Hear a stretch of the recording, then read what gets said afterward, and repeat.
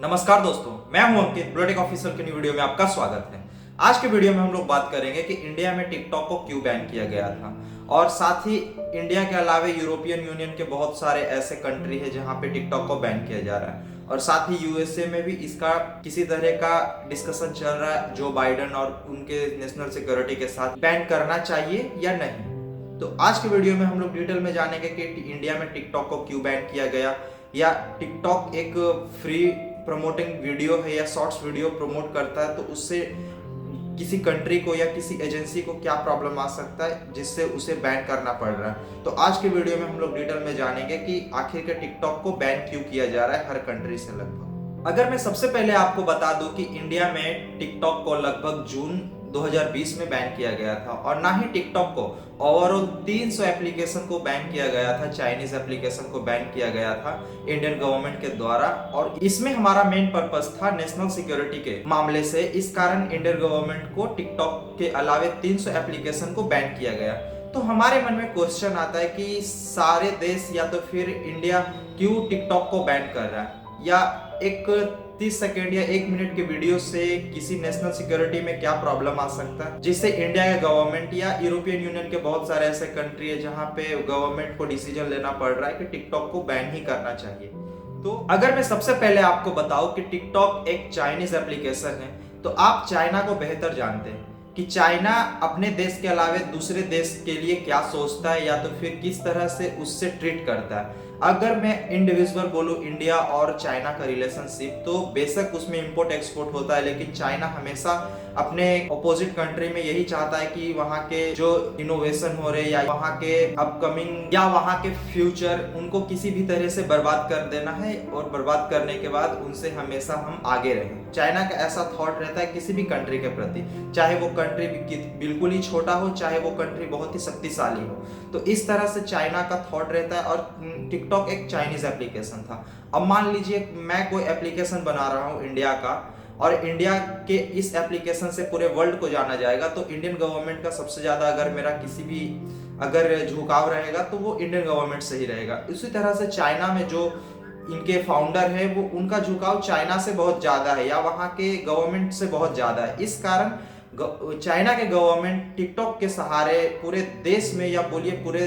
World में गंद फैलाना चाह रहा है। तो ये इंडिया के गवर्नमेंट को बहुत जल्दी पता चल गया, इस कारण इंडिया में ये टिकटॉक को बैन किया गया और आज के टाइम लगभग यूरोपियन कंट्री में भी बहुत ज्यादा बैन करने का आपको मामला देखने को मिल रहा है। एक यूएसए के स्टडी के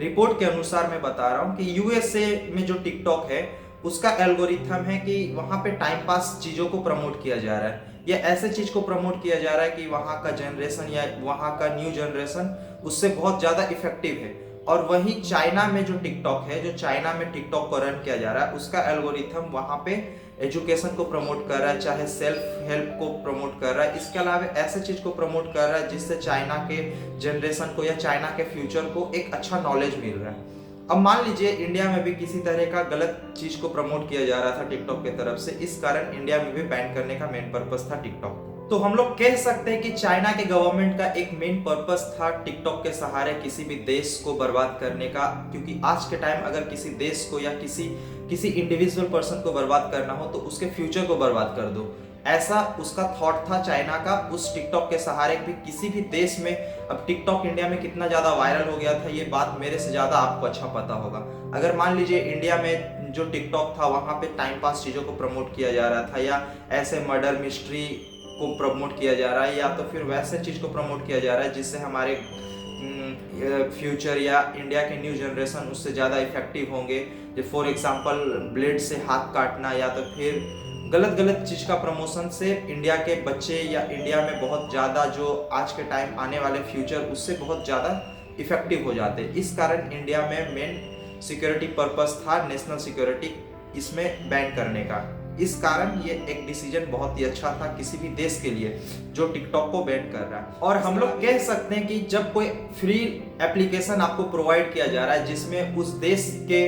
अटेंशन ठीक नहीं है या तो फिर उनका इंटेंशन बहुत गलत है या एक एजेंडा के तौर पे उस एप्लीकेशन में किसी भी तरह का प्रमोशन कर रहे हैं जिससे सामने वाले कंट्री को प्रॉब्लम हो सकता है या वहाँ के फ्यूचर को किसी तरह का इफेक्टिव आप माइंड रीडिंग कर सकते हैं, तो इस तरह से किसी भी चीज में आप करते हैं तो वो हमेशा सक्सेसफुल होता है। और ये हर देश के गवर्नमेंट या हर देश के सिक्योरिटी एजेंसी को पता चल जाता है कि कौन से देश में किसी भी तरह का कौन सा एल्गोरिथम प्रमोट किया जा रहा है। तो आप भी समझ गए होंगे कि क्यों टिकटॉक को बैन किया गया हमारे कंट्री इंडिया में, इसके अलावा यूरोपियन यूनियन के बहुत सारे कंट्री में, और आज के टाइम यूएसए में भी उनके प्रेसिडेंट जो बाइडन अपने जो भी उनके नेशनल सिक्योरिटी है उससे बात चल रहा है टिकटॉक के पर्पज से कि इनको बैन करना चाहिए या नहीं करना चाहिए। क्योंकि स्टडी के मुताबिक आपको पता चल गया है कि किस तरह से एल्गोरिथम है टिकटॉक का यूएसए में या इंडिया में या किसी भी अदर कंट्री में, और उसके अपोजिट एकदम चाइना में। तो इस तरह से चाइना किसी भी कंट्री को अपने टारगेट में लेता है, खास करके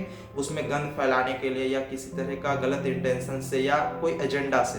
तो मैं आशा करता हूं कि आपको वीडियो समझ में आया होगा। अगर मेरा वीडियो अच्छा लगा तो प्लीज वीडियो को लाइक कीजिए, कमेंट कीजिए, शेयर कीजिए, साथ ही मेरे ब्लूटेक ऑफिशियल चैनल को सब्सक्राइब करके बेल आइकन को प्रेस कर दे ताकि मैं कोई भी न्यू वीडियो अपलोड करूं तो उसका नोटिफिकेशन सबसे पहले आपको मिले। मिलते हैं अगले वीडियो में, जब तक के लिए जय हिंद, वंदे मातरम।